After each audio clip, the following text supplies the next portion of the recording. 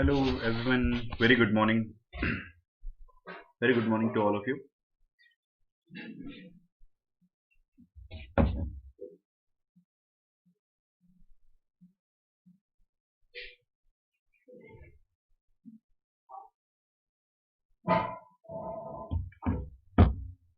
Yes, am I audible to all of you?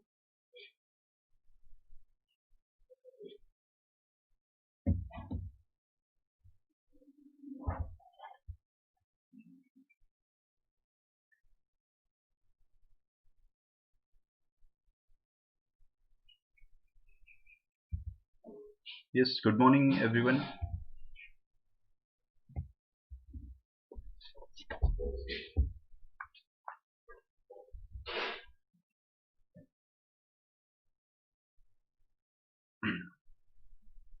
Yes, Ashwini, once again, good morning.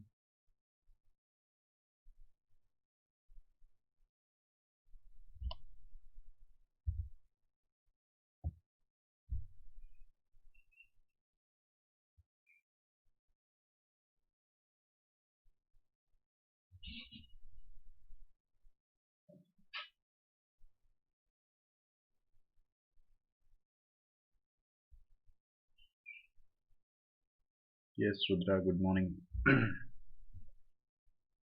So everyone, this is all about me. My name is Harshvardhan Singh, and here I'm going to teach world history, international relation, and economics along with history optional on this platform. Today we are going to discuss the third phase of international relation in Indian foreign policy. So if you haven't subscribed to Unacademy, yes, subscribe to Unacademy. You will get more benefits by taking subscription of it. We have two subscription plus an iconic, and you can use my code to get a 10% discount. That is HarshV10. You will get the discount. Okay, so all are here.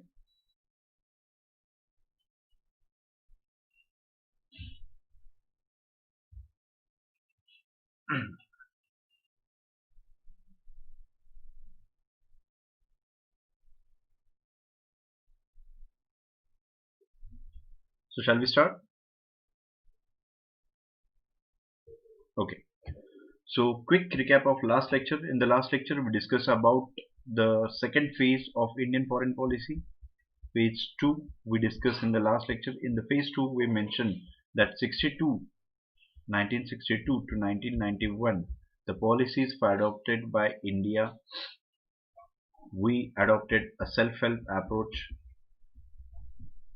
Yes, we adopted a self-help approach and more what we can say more realistic and domestic oriented approach we adopted. Domestic approach. Earlier our approach was mostly said that it is an idealistic internationalism. Yes, so in this phase we mentioned more on this aspect, and one of the important aspect in this phase is related to modernization of army with the China. Clear? He took initiative with China. He was the first person after Nehru visited China just to improve the trading relation with the China, saying SARC, that is regional alliance, should be there with South Asian countries. So it was a criteria. This phase we discussed in the last lecture. Now we are going to discuss the third phase of Indian foreign policy till today, that is 1991 till 1991 till today. Phase 3. This phase is basically considered as an era of pragmatic approaches. Means Indian foreign policy adopted a pragmatic approach. What exactly is this pragmatic approach? What it means? Whether India never follow a pragmatic approach? Yes, India followed it, but right now we following it is not just by will, but other factors also responsible for it, and that is the prevailing international situation. So that's why India followed the policy on realism along with aspects of idealism, means their ethics and principle always there with them. So this kind of pragmatic approach means what exactly, and what was the necessity of implementing this pragmatic approach?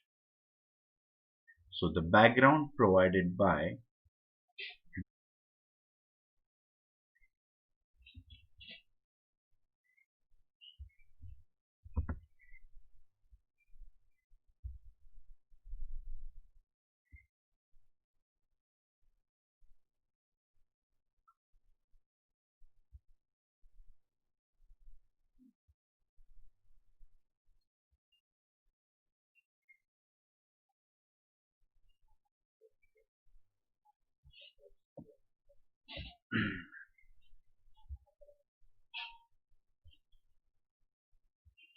yes, everyone, again welcome back. Extremely sorry for inconvenience it caused due to network issue. So we were here. We discussed that disintegration of USSR was there. After disintegration of USSR, ascendancy of USA was established. How it is so? Because at that time the two superpowers were there. One is USA, another is USSR. And with the disintegration of USSR, USA gets the free hand. And USA is strongly supporter of capitalism. And it is said that it is the end of world and last man. That is the end of world means capitalism is emerged as a victor and communism is not at all the option for economic development. So we have to accept that USA is a strong power and we have to design a policy according to that. And why it is so? Because for long India kept a distance from USA. India kept a distance from USA. That's why now we have to think about it as well. We lost our friend. Now only option is USA. So we have to try to improve our relation with the USA. That is another important aspect which force us to change our attitude approach. Clear? The third thing, India is suffering from economic crisis. India suffering from economic crisis. Really? Really? And if it is so, then how? Yes, everyone, please let me know. Do you really think so India was suffering from economic crisis at that time? And if it was, then how? Why? What happened? Yes, why? What happened there?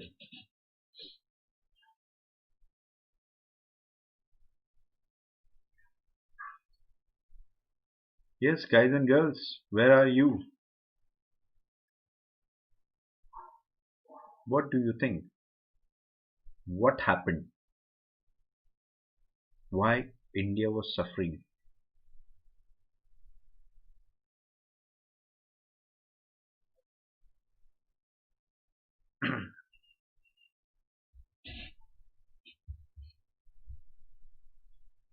Yes, Ashwini, Rudra,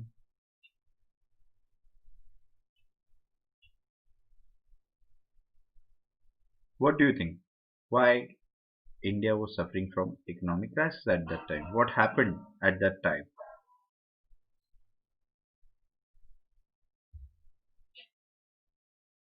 Nobody knows? Nobody? None of you? Really surprising.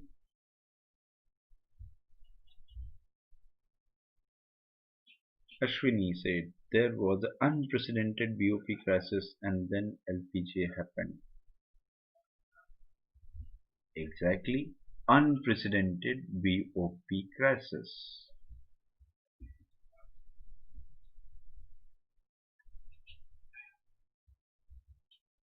How? Exactly. Unprecedented BOP crisis was there. But how? What? Why what happened at that time? Yes, Sankalpa, exactly. The BOP crisis, that is balance of payment crisis was there. But why? What happened? I'm really interested to know that. What do you think? Why the BOP crisis was there?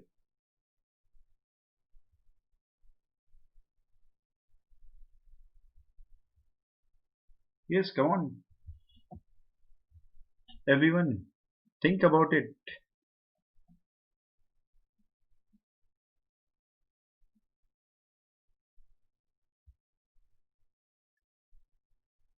As you are supposed to read NCRTs. Yes, Advait said gold reserve were exhausted. Yes, of course. But my question is how this situation came? Why? What happened? You all are saying the same thing. Socialist policy of government. Really? India followed the socialist policy of government since 47 till today.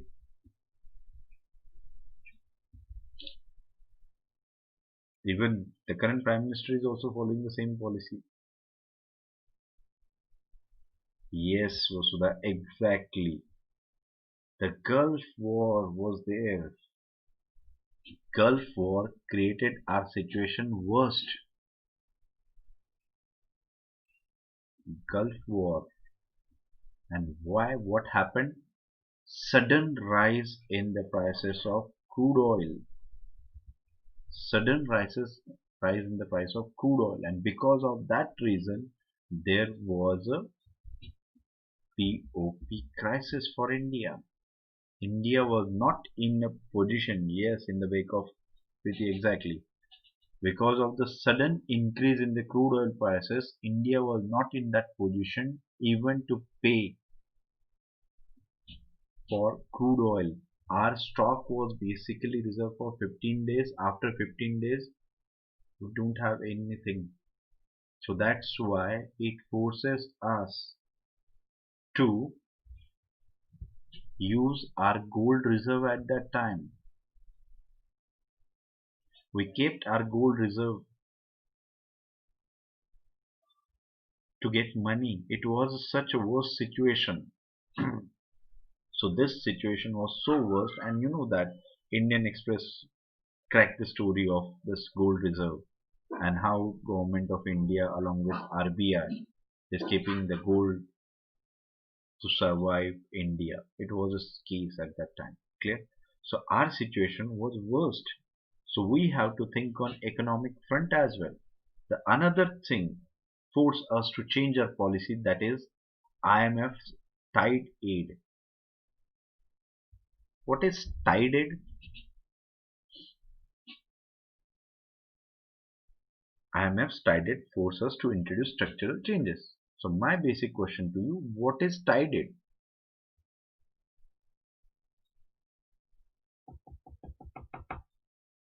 Come on, come on. Yes, what is tide aid?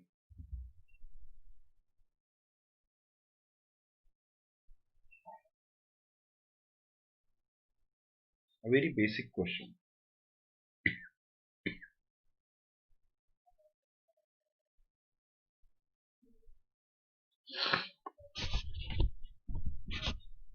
What is tide aid?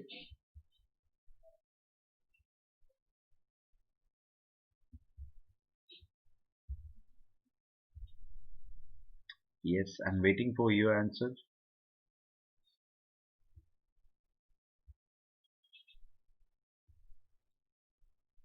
Ashwini said foreign aid. Okay. Go ahead. Yes, what about others? What do you think? What is tide aid?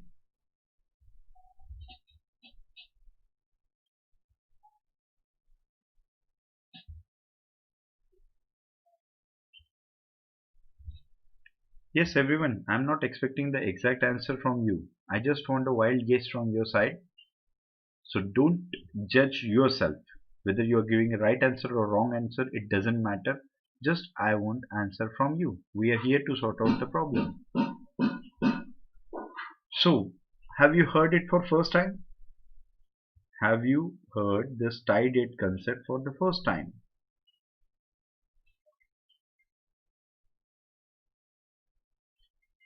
Whether the internet connection of Ashwini is fast and no. What about the others? Whether the others connection is too slow. Is that the case? She responded. And what about others? Come on.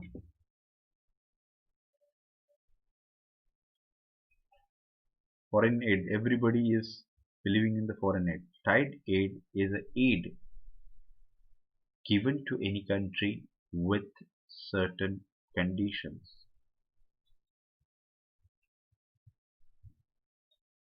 Means a aid given with certain condition is known as tied aid. Clear? Foreign aid that must spent in donor country or specific group of the countries. Remember, this is the case. What is tied aid? Google definition may be different, but I am telling you the practical sense. Aid given in the form of condition.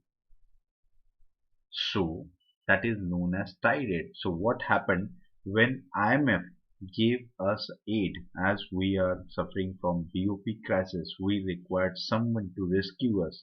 So during the time of after the Second World War, IMF was established for the same purpose. If any country is suffering from economic crisis, then IMF or World Bank is going to provide them help. So IMF ready to provide us help, but they put some condition, and that condition is to introduce structural changes in the economy. Structural changes means you have to change your economic system, means tax structure and everything completely, so that, and before that, before this aid, didn't allow India didn't allow foreign investment, foreign direct investment. It was not there. So that's why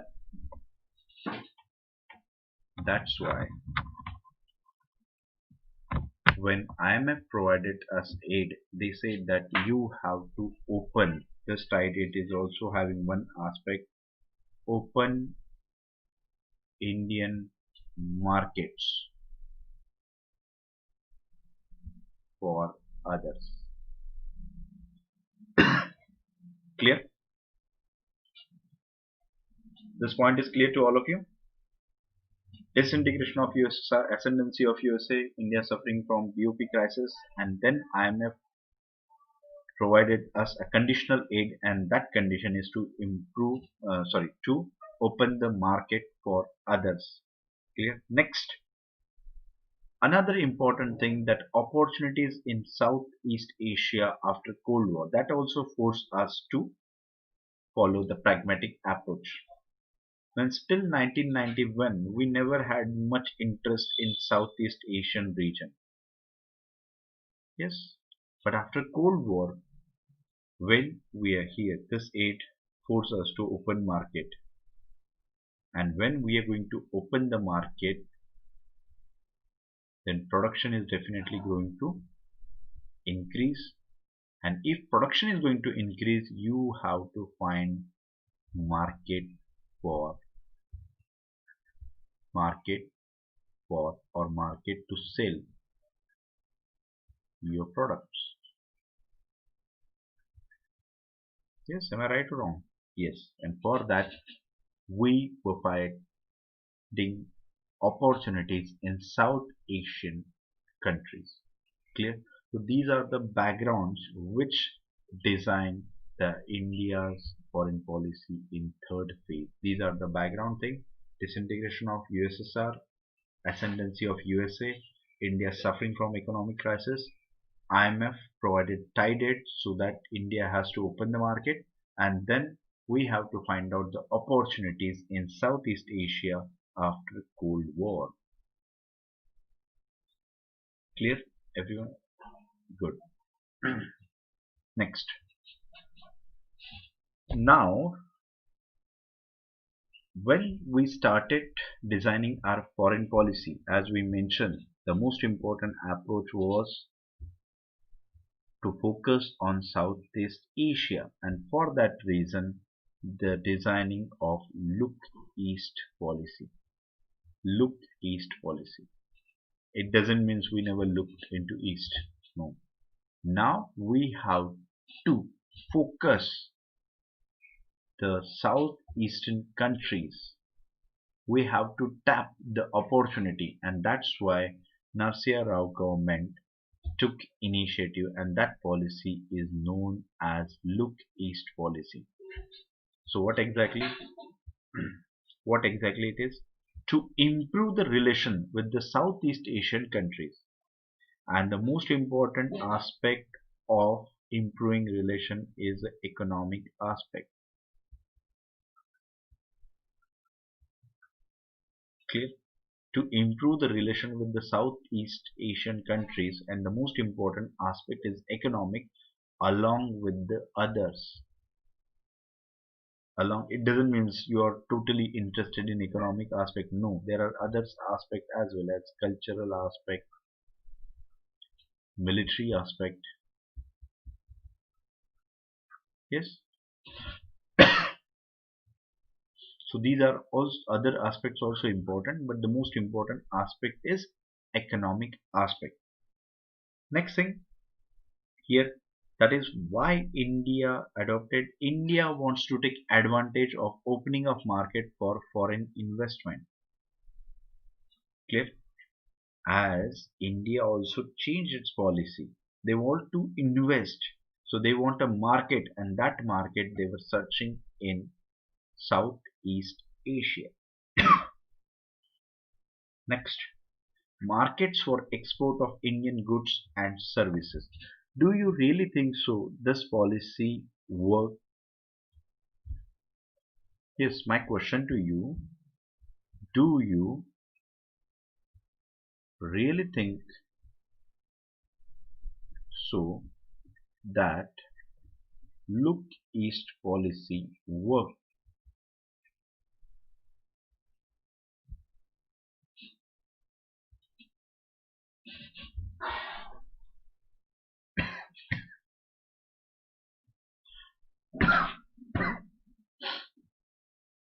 Yes, do you really think so our foreign policy worked? It yielded some results, or it was just designed and we left the policy? Yes, Ashwini said it worked. How? Do you have any example of it? Do you have any example of it? How it worked?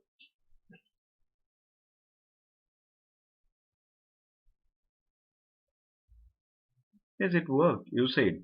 But how? UPSC is not going to ask the question in yes and no. If you said yes, okay. UPSC is like no. She is the policy maker. If she said yes, then it's yes. CBM, confidence building measure. Okay, then as I said, economic aspect is more important than whether it yield a positive result. And if it is, then please let me know how. Yes, Ashwini, exactly. Confidence building measure is the aspect. Economic aspect I am asking about.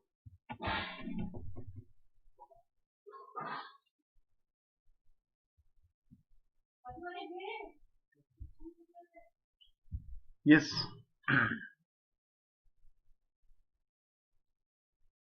Come on, use your common sense. Yes, use common sense. How can we find out whether it work or not. A very best example, that is India-ASEAN trade relation.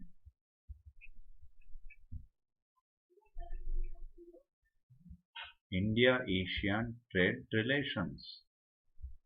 Don't you think so that India-Asia? Yes, exactly, Preeti. FTA with ASEAN. India-ASEAN trade relation improved lot. Improved lot.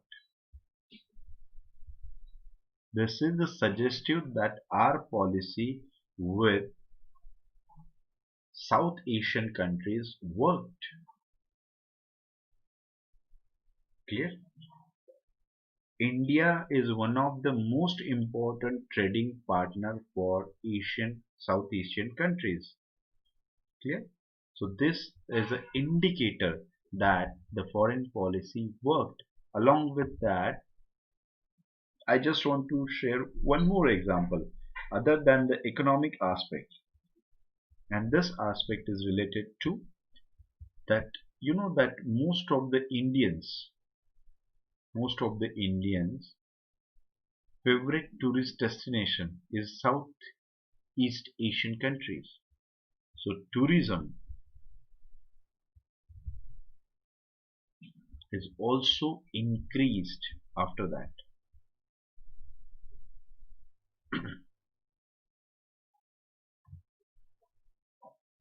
How can you so sure that? Just look at the Bollywood movies. You will get to know that how tourism increased. Just look at the movies in 80s and early 90s, the first half of 90s. You will get to know the most of the destination is European countries. Pre-18, pre-80s, we generally shoot everything in India. But after that, foreign location. So most of the location is basically European countries. But after this lookist policy, India's tourism and all the aspect increased in Southeast Asian countries. Singapore is one of the favorite destination for Indians. Yes or no? Even the Bollywood song, they uses the Southeast Asian word to express the love. That shows that our relation with the Southeast Asian countries increased. Clear? So that's why look east policy is worked. Clear? Okay. Next. In this phase, what's the relation with the China? What's the relation with the China? That is also an important part. China. Why it is so that you know that when we started this policy in 1991 onwards, at that time China and India was approximately at the same pace. But now you know that China is one of the powerful country and they are challenging USA. And what about India? In recent time, we challenging Nepal, we challenging Bhutan, and even we challenging Pakistan. See, Pakistan, how? But China, they are challenging USA. So just imagine how economically they are strong. Clear? So, as in the last lecture, we mentioned that Rajiv Gandhi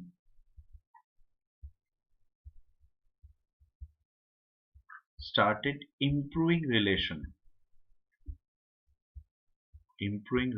with the China. Why it is so? He was clear in that India lost the two revolution. We do not want to lose the opportunity of the third revolution, that is ICT, Information and Communication Technology, and for that reason we should have a cordial relation with the neighbors. And China is emerging economy at that time, so that's why he said that we have to improve the relation. So when he started improving, to continue the policy which was started by Rajiv Gandhi.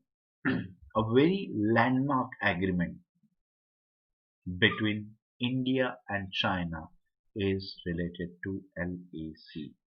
You know that Indo-China War. Indo-China War was there in 1962, and our enmity with the China is related to the same. Now we made an agreement, and that landmark agreement is basically maintenance of peace and tranquility along LAC. Because if LAC, that is line of actual control, if LAC is peaceful, then there is a scope for growth. Do you agree with this? Yes, everyone. Do you agree with this? And if you agree with this, please explain with help of example. Any example. I'm repeating my question that India signed an agreement with China for maintenance of peace and tranquility along LAC, and I said that when there is a peace over LAC, there is a scope for economic growth. So, is it true? Is it true?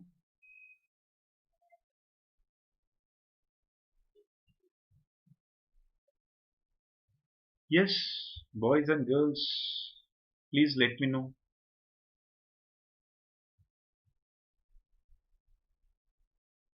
Forget about nation. I want to know about you. Yes, Sankalpa, what she said, yes, as it will reduce the defense expenses. Okay. Hmm. Yes, I want to know about your views. What do you think? If the peace is prevailed over LSE or LOC, do you really think so there is a scope for economic growth? If it is so, please explain how. She explained that it will reduce the defense expenditure.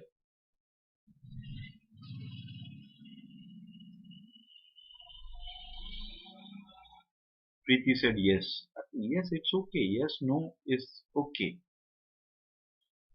When I was very poor in English, I used to answer in the same manner. Yes, no.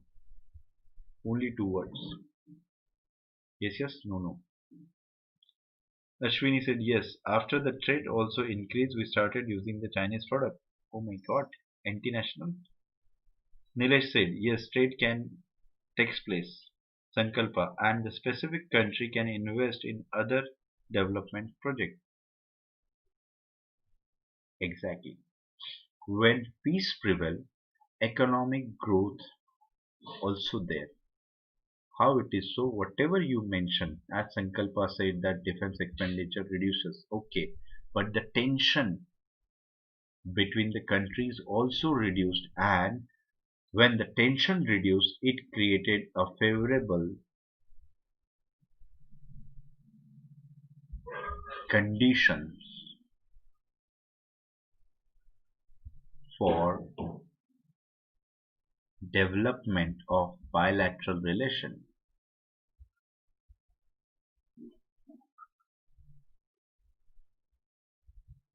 Yes, development of bilateral relation. Sorry. Development of bilateral relation and trade is one of the aspect. Yes, yes. What you said, Preeti said economic cooperation happened and defense. Yes, exactly, Preeti. Then Nilesh said that funds can be used for developmental things. No, defense funds are reserved. Don't worry. If you are not utilizing it right now, it doesn't mean you are utilizing anywhere. We have to take care because we don't know when war will happen. Clear? Do you know that Azerbaijan and Armenia is going to fight a war? Suddenly it started and right now everyone is mad in that area. Clear?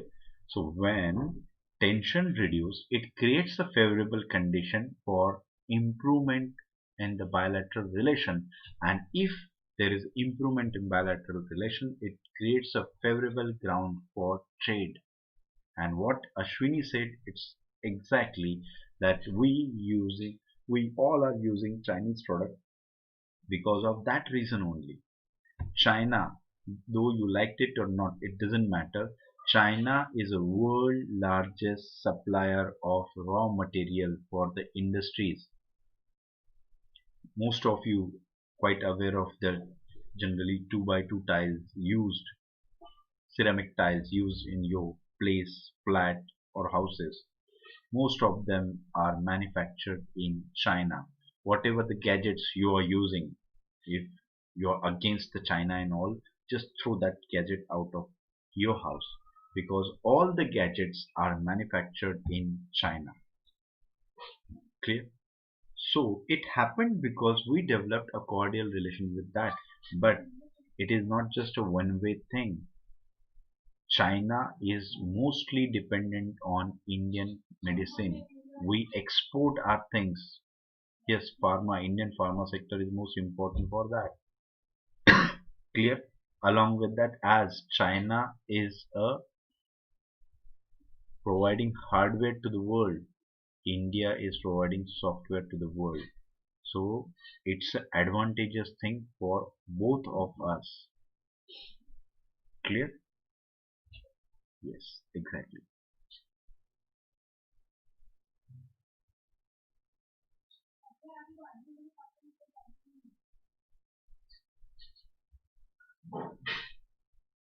Okay, next. After signing this agreement, when Rao visited China, after signing this agreement, Chinese president visited India. So it is also the new thing because after Indo-China war, our relation was so bitter that we ended approaching each other. Clear?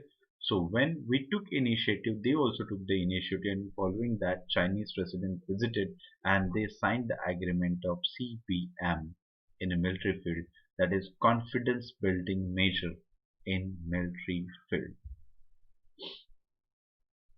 Confidence building measure means we should not have a suspicious attitude towards each other. Clear? We have to respect each other, we have to respect the territorial integrity and sovereignty of that country. Clear? Next,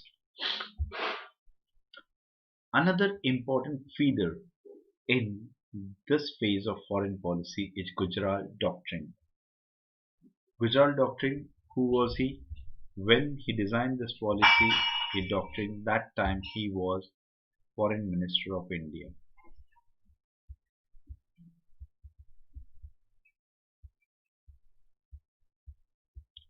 It was a time when Foreign Minister also designed the foreign policy. Yes, it was a once upon time. Foreign doctrine, this Gujarat Doctrine was basically designed by then Foreign Minister Indra Kumar Gujral. Later on, everybody knew about this. I.K. Gujral became the Prime Minister of India as well for some time. So what exactly this doctrine is? Gujarat Doctrine was basically related to the neighborhood.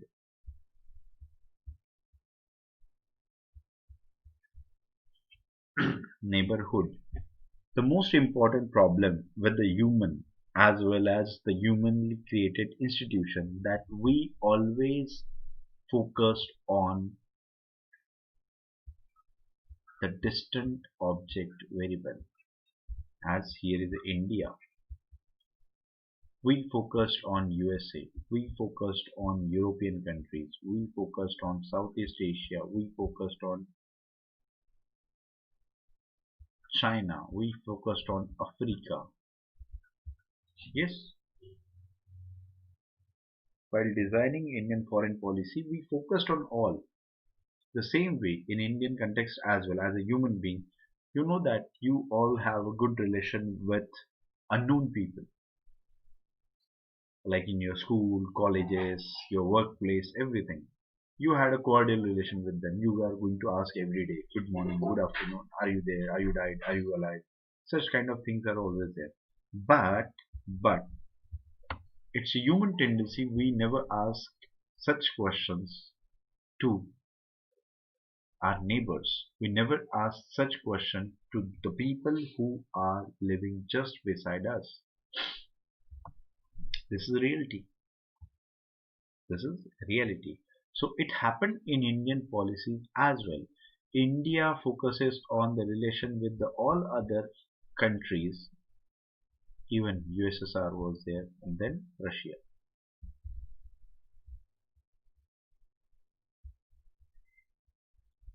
Yes, we had a relation with Russia as well.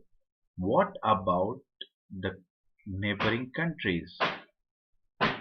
Bangladesh is there, Bhutan is there, Nepal is there, Pakistan is there, Afghanistan is there, Sri Lanka. Yes, what about them? So now India also changed its attitude and approach towards the neighboring state, and that is all about the Gujarat Doctrine. Yes, that is all about the Gujarat Doctrine. So what exactly? It was the first concrete effort from the Indian side with the neighborhood to readdress the relations. The first concrete effort from Indian side with the neighborhood to readdress the relations. Clear? What happened earlier case means before Gujarat Doctrine. What was the case? Means pre-Gujarat Doctrine.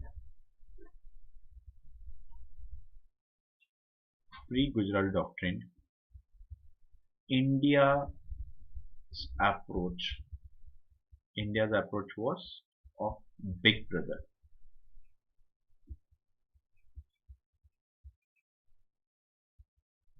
India's approach was of Big Brother.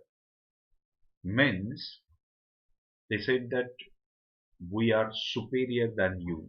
Means it's just like a British paramountcy. As some of you quite aware of this British paramountcy when you read the NCERT of 12th standard, Bipin Chandra. It's just like India and rest countries on the same line. This approach is of Big Brother approach. We are superior. It's like a British paramountcy. We never considered them equal. We considered them inferior. Why? There were some reasons behind that. Clear? Now, what Gujarat Doctrine said that we have to change this attitude. Means Gujarat Doctrine is all about to end the Big Brother approach.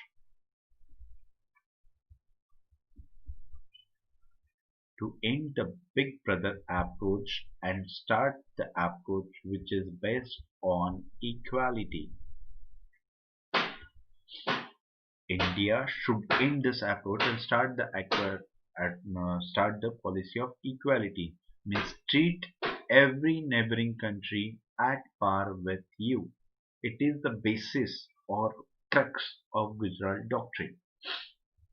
Clear? So it has a five principle. It has a five principle. First, India must not ask for reciprocity. Means in common word it should not be it should not be no give and take policy.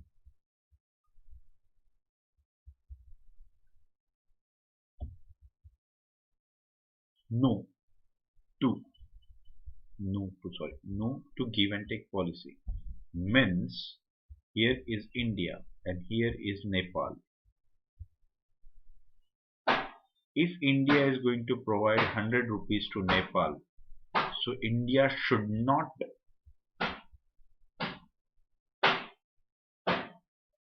ask or expect return of it.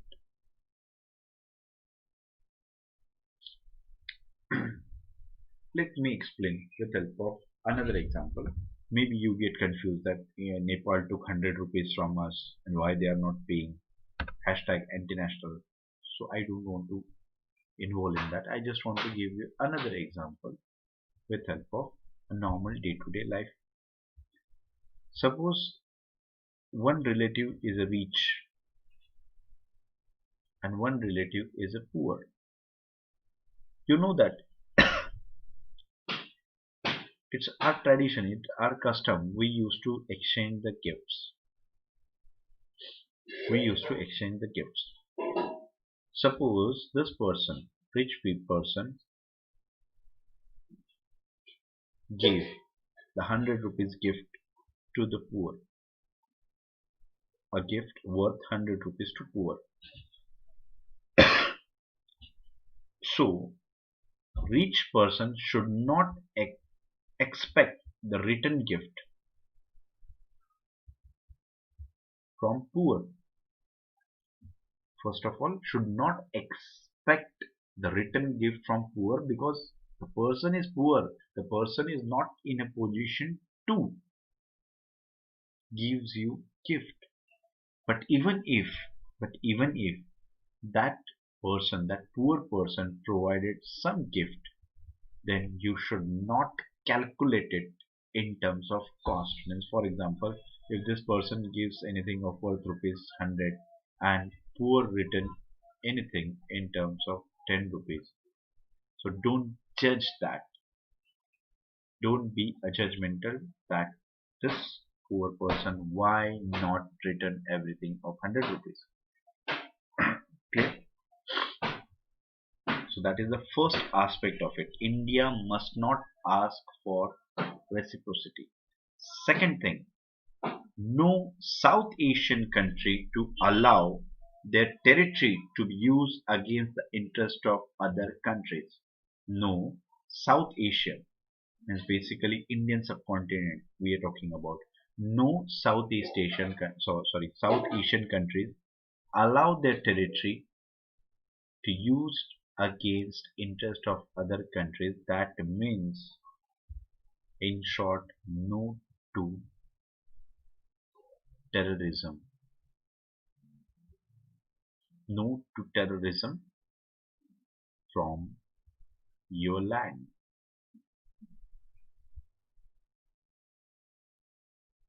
Clear? The word means whatever you have written, it can also be expressed in other word, that is stop funding terrorism. And it can also be written like this. What? In the state sponsored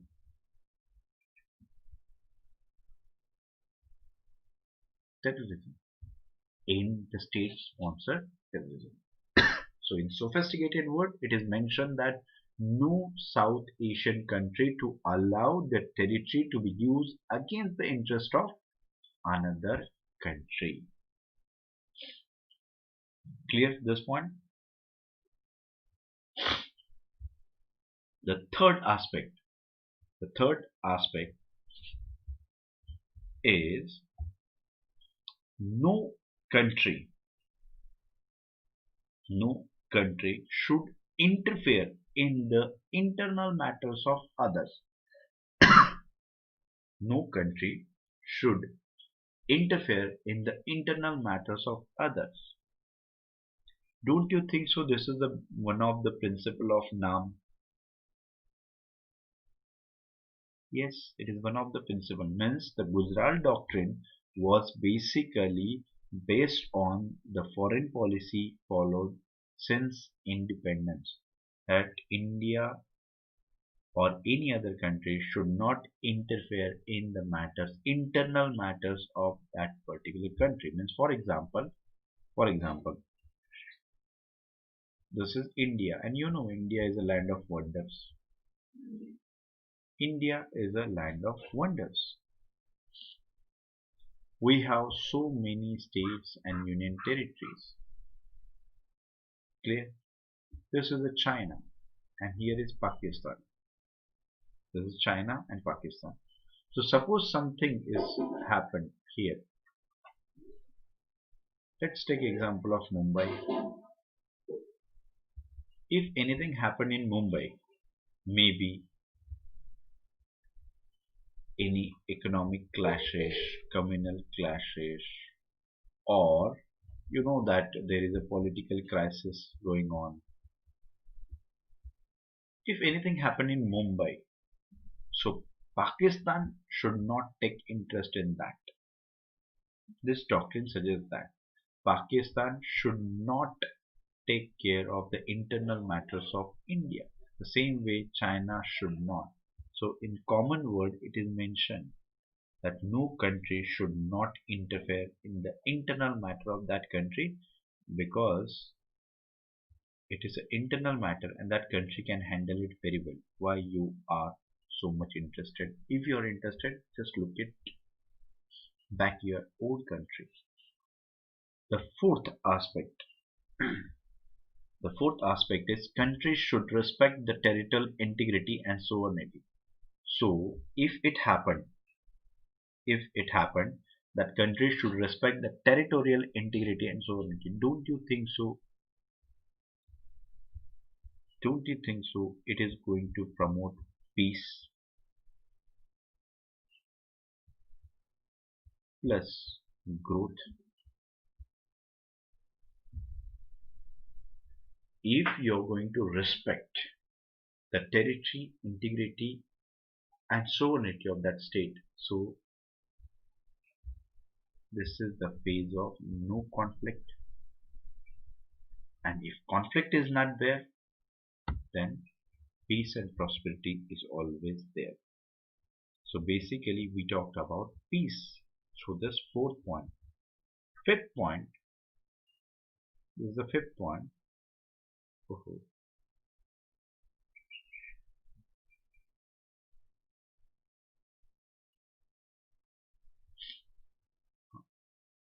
The fifth point, South Asian countries settled their dispute through peaceful negotiations.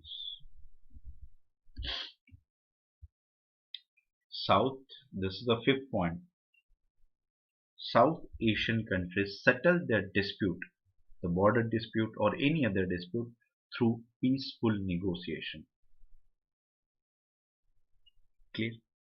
So basically, if you read this policy very carefully, you will get to know that whatever our internationalist approach, whatever the policy India adopted since independence, all these things are combined and presented in the new form for neighboring states.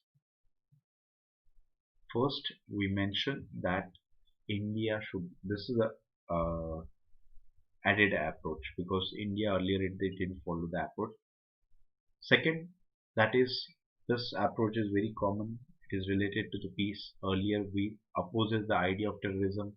Next we mentioned do not interfere in the internal matter. Then mutual respect for the territory and integrity of that country. And finally this aspect that South Asian countries should solve their all the dispute through peaceful negotiation. Clear? So this is another aspect of this policy. Ashwini, what she said, was negotiation bilateral only or multilateral? If it is related to two countries, then it's a bilateral only. It's multilateral if it is related to the economic term. means the vested interest or the stakeholders are there. They are multiple, then it can be multiple approach. But if the stakeholders are two, then it is a bilateral. Clear? So in this era, one more policy change is there towards USA. As we mentioned, a new king of Gaddi. Earlier there was a fight over who is going to sit. Now only king remain. That is USA. And now we realize this, we have to improve our ties with USA. So what we have did, so Atal Bihari,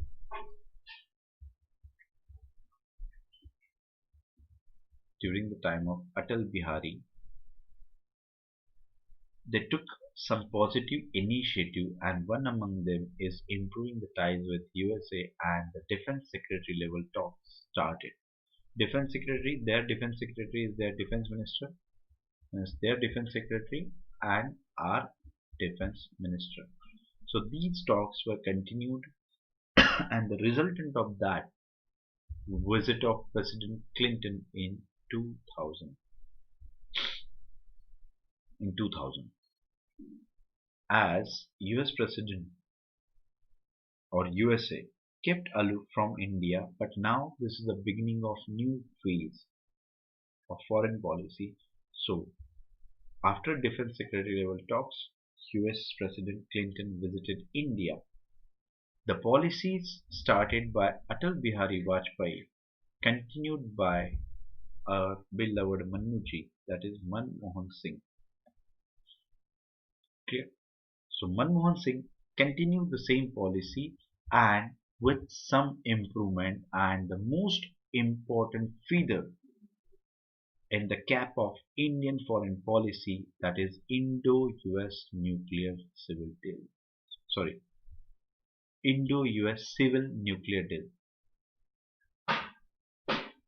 If you know the foreign policy very well, or if you have some sense of understanding related to foreign policy, then this can be considered as a master stroke. Now this word is very cheap in the market, but if you really have a sense, then this word was have a real meaning during the 2005. It was a really master stroke for Indian foreign policy. It's a victory of India. Why it is so? Because of this Indo-US civil nuclear deal.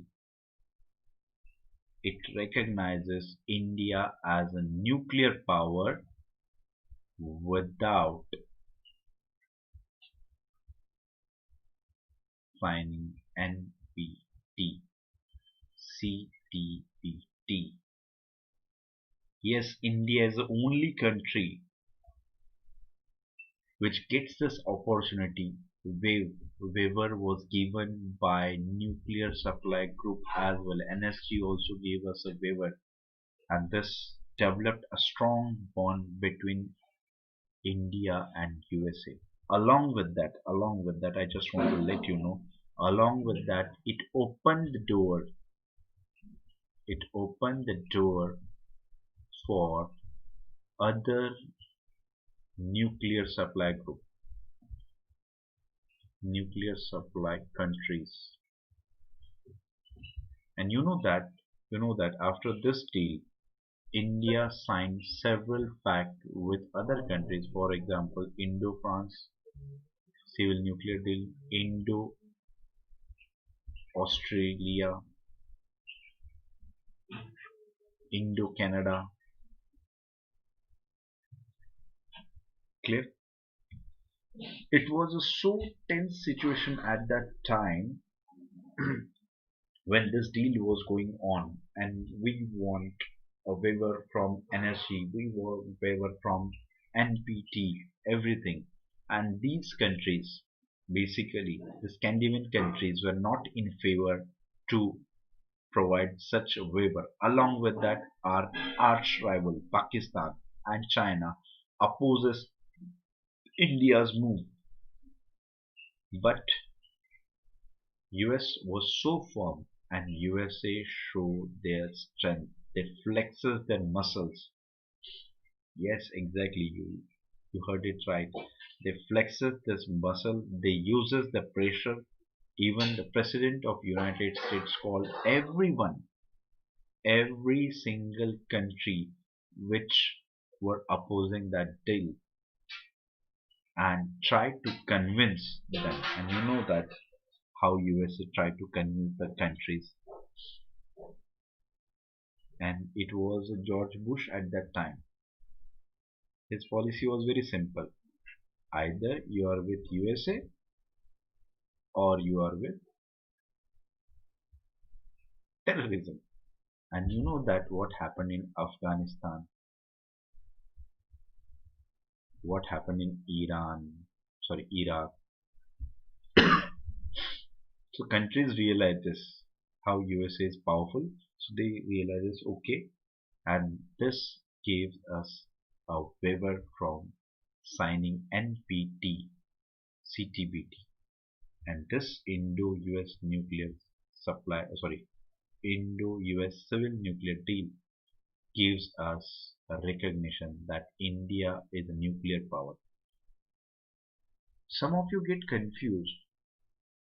What's the big deal in that? We already developed the nuclear bomb. We already had the status. Then what's the new thing? As you know that in 1999 we conducted a nuclear test at Pokhran. Everybody knew about that. India became a nuclear power. But the only difference that recognition matters. Without recognition, this is a recognition from international bodies.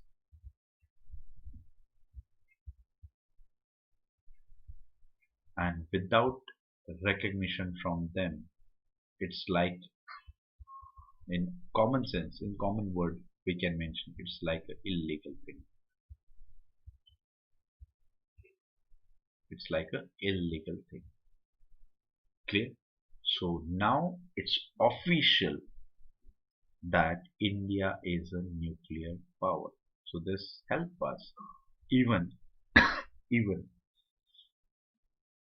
due to this cordial relation with the USA, one more interesting thing happened. That is trade with USA improved a lot. Trade with USA improved a lot, and very best example in Indian form is software industries. Yes, and this US election suggested that how Indians can play important role to change the election result. Clear? Next, one more thing. As this is related with USA, we deal with China. What about Pakistan? Whether India's relations improved?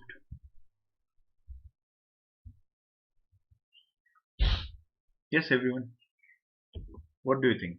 Whether India's relation with Pakistan improved during this time?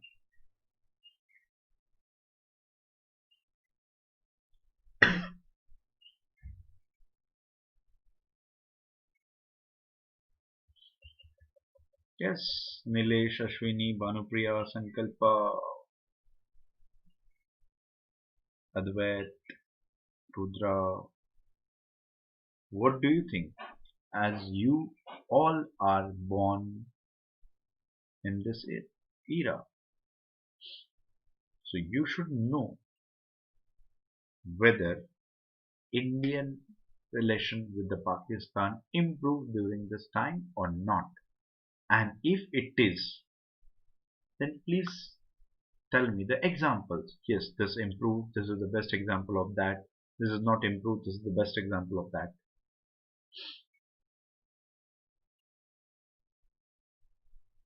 Yes, Preeti.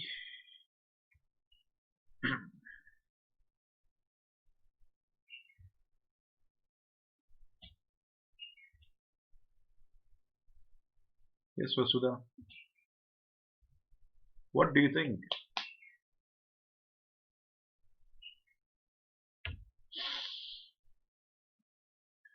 Shall I raise my volume so that you can hear it loudly? Because when I ask you the question, most of you are like acting like a deaf.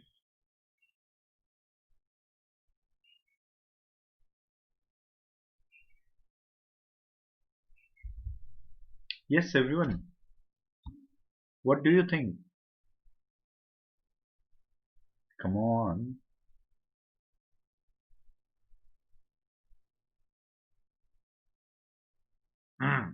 Yes, what Ashwini said, the relation with the Pakistan remained contentious as the Pakistan's direct and indirect insurgency in Jammu and Kashmir. Okay. Hmm. What about others?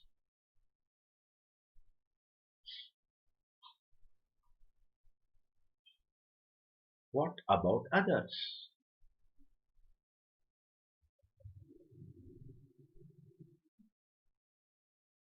I think Ashwini is only having a fast internet. Others are having slow internet. So that's why nobody is responding. Yes, Preeti. No, as Pakistan supported terrorist activity. Okay, so our relation is not improved with Pakistan. Okay. Hmm. I think these two girls are using internet. What about rest?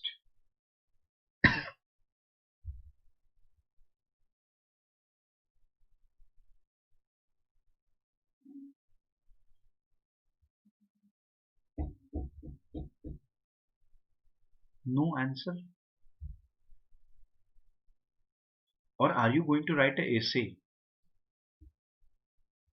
I think hardly 2 or 3 lines you have to type.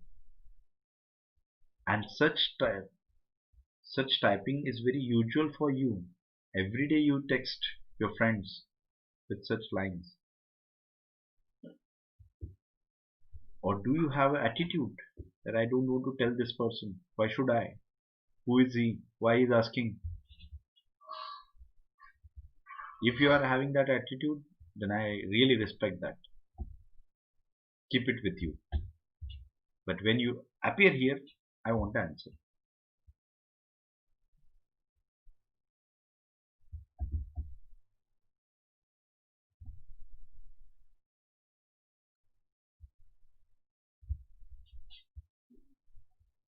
Yes, I don't think so that you know the answer. You never tried it. And if you never tried it, it's really difficult for you. Not here, but it will be a difficult situation for you when you started your preparation, when you are going to appear for mains examination. So, relation with the Pakistan is having two part. First part, that is we tried to improve our relation with the Pakistan, and it improved to some extent. How it is so? Do you know that during the time of Atal Bihari Vajpayee, who started the Lahore Delhi bus? Yes, Preeti said that relation remained the hostile, and there were some crises taking place along with the LOC, like in 1990. It was not a crisis, it's a war. So we tried to improve our relation with the Pakistan. Vajpayee, he himself traveled in this bus so that we can improve the relation with the Pakistan. Clear? But what happened? We tried everything, but but result is Kargil war. Their prime minister welcomed us, everything was there, but Kargil was there, and after that there was a bitter relation again during the parliamentary attack. I was expecting this from you, but you didn't mention that attack over the most important pillar of Indian democracy, that parliament, that is attack on parliament. So this is the second phase. Along with that Mumbai attack, how can you forget that Mumbai attack? It is also known as 26/11 attack. Clear? So with the Pakistan, we tried to improve the relation, but because of all these things, because of supporting the terrorist activities, everything, we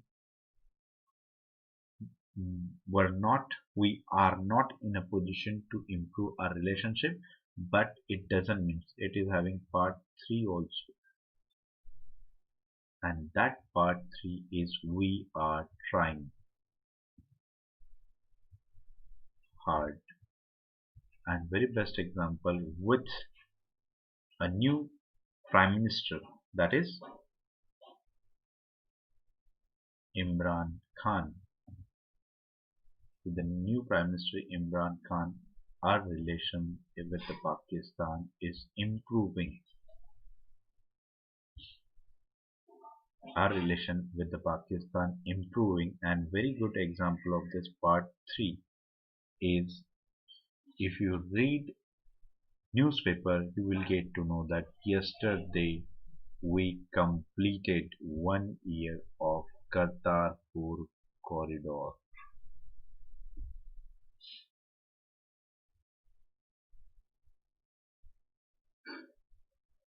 Am I right or wrong?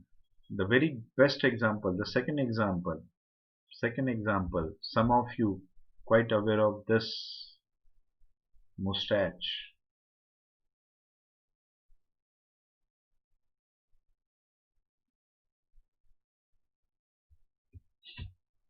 Yes, do you remember these mustache? Yes, Abhimanyu,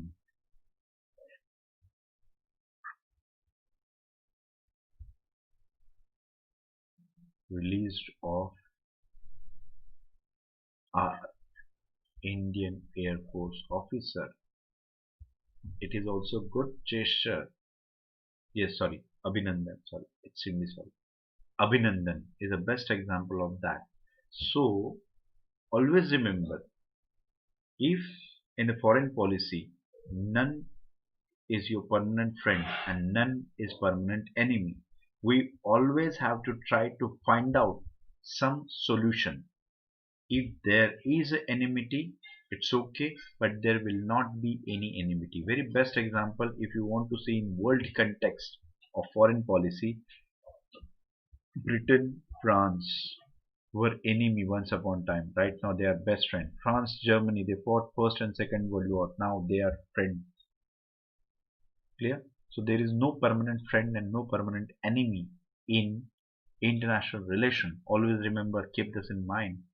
So we had a part 3. First part, we tried to improve the relation.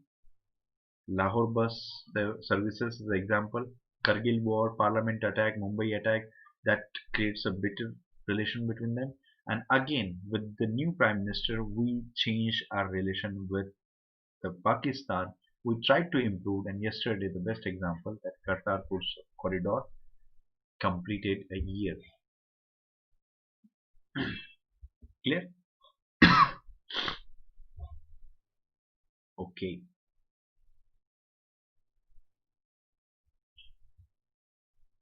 Next, what were the key issues we discussed?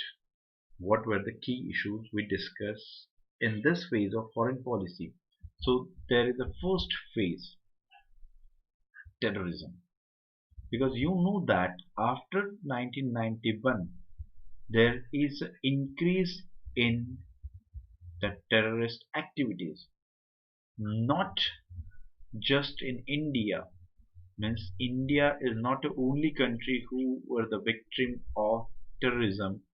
USA and in recent time France is also one of the example of it. Clear? So there is increase in terrorist activity, terrorism. So Indian foreign policy, India raised this issue over the world platform, and now India is getting importance in this context. And also India tried to convince the world leadership countries that terrorism is a real threat, it's not an imaginary thing. Clear? So we have to deal this problem together. Clear?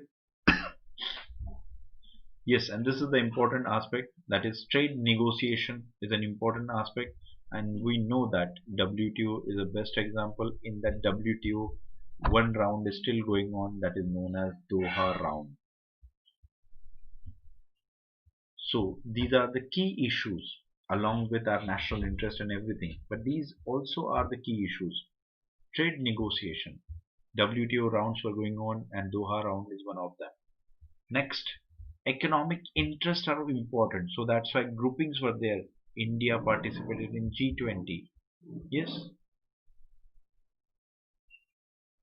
it's the best example of that. Even World Economic Forum also played an important role.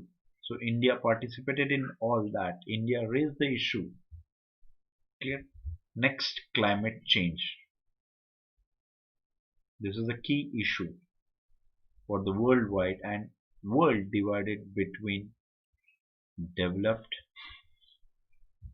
versus developing.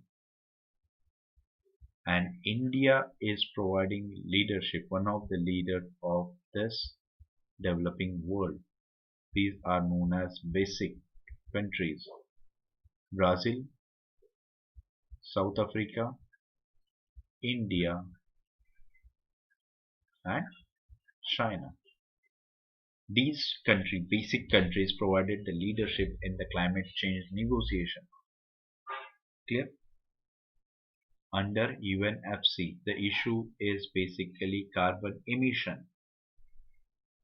Along with that, other aspects of climate change. So this is an important aspect from Indian point of view. The next, regional grouping also important, that is multilateralism. Here we can mention the multilateralism.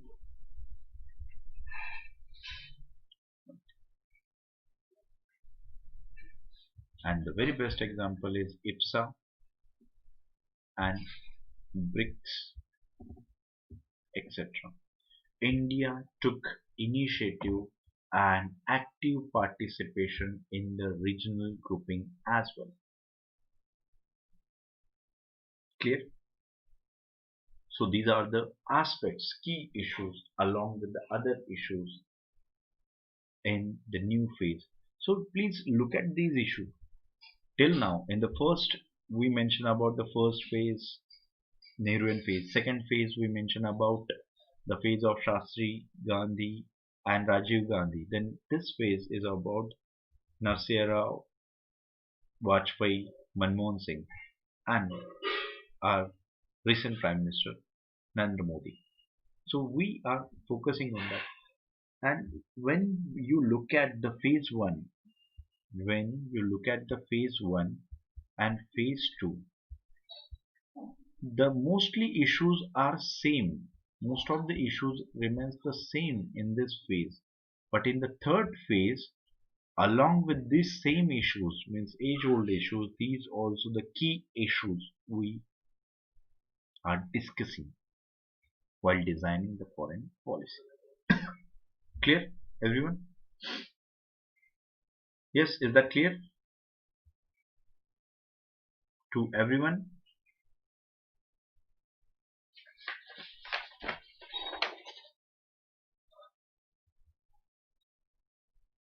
Everyone, is that clear to you? Okay. One more aspect, and with this aspect I am going to end this lecture. One more aspect, that is, since 2014, change in government, a new government came into power under Narendra Modi. Yes, India started adopting a new approach. Means basically it is a continuation, but now we can consider it an aggressive approach. Aggressive approach, along with one more thing, initiatives. Initiatives taken by Prime Minister. Earlier, means as you know that Mr. Modi, since last 6 years, you know that he took initiative at several places.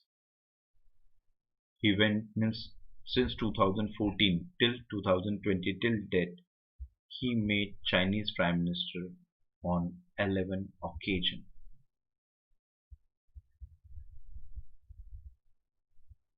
Yes, do you know that he met US President for several times?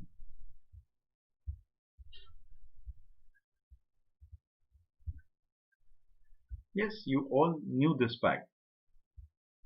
Xi Jinping, he made that person for 11 times, US President for several times, including the campaigns Howdy and Namaste. Clear? So this shows the affection of that person with means personal interest he took over in the foreign policy and all. As the resultant are not that much what we can say positive, but yes, some important things happened during his time, and one is of Austrian group.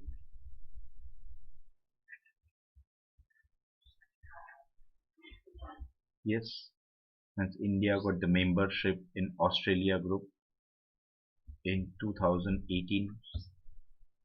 Warsener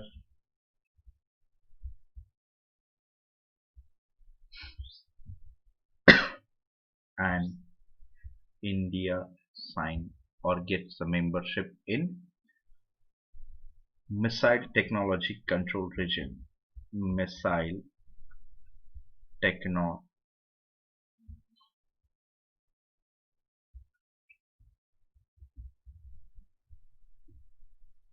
Control Region. That is MTCR.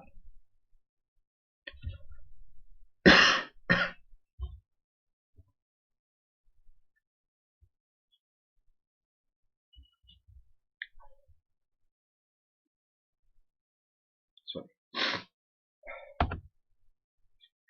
these are the three things. These are the achievements of Mr. Narendra Modi. That is membership in Austrian Group, Warsener Agreement, Missile Technology Control Region. And now one more thing, we are trying to get the membership in NSG. That is, India want membership in Nuclear Supply Group. Clear? So we are struggling for it. We don't know when we are getting or not. We are trying to get it. Along with that, there were some key challenges during this time, and India is facing those challenges. Clear? In so till now, is there any problem? Till now, is there any problem? Any question? Any queries?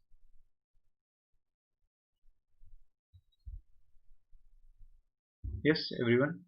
Any question?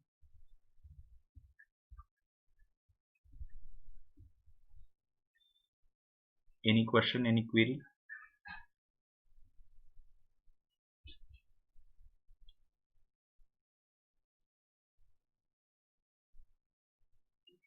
Yes, everyone. Any question, any query?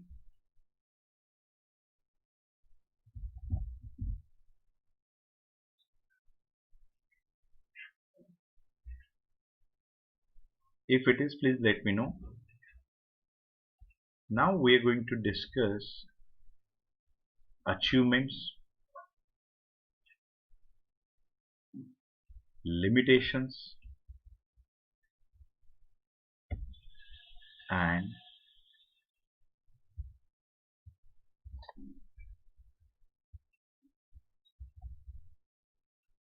challenges. Yes. So whatever the foreign policy we discussed till now in first phase, second phase, third phase, so we have to analyze it.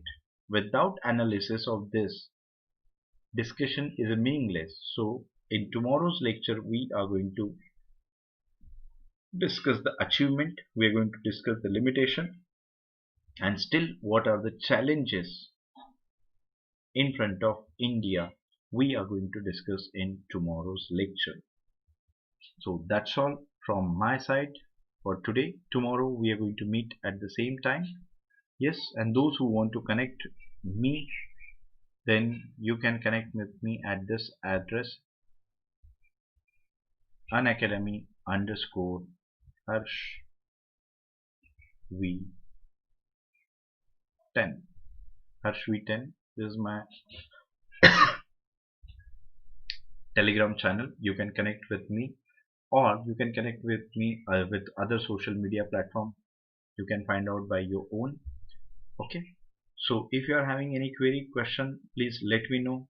And one more thing, I am continuously saying the same thing. Please feel free to ask the question. It is not a one-way communication, it is a two-way communication, and our lecture should be interactive so that I will get to know that what are the problems you are facing, and along with that I will get to know that if you are having good idea or anything, then I can set an example in front of others. Clear? So please, the session should be interactive, so please cooperate with me, and thank you very much for your valuable time. Tomorrow we are going to meet by the same time. So that's all from my side. Okay, bye bye.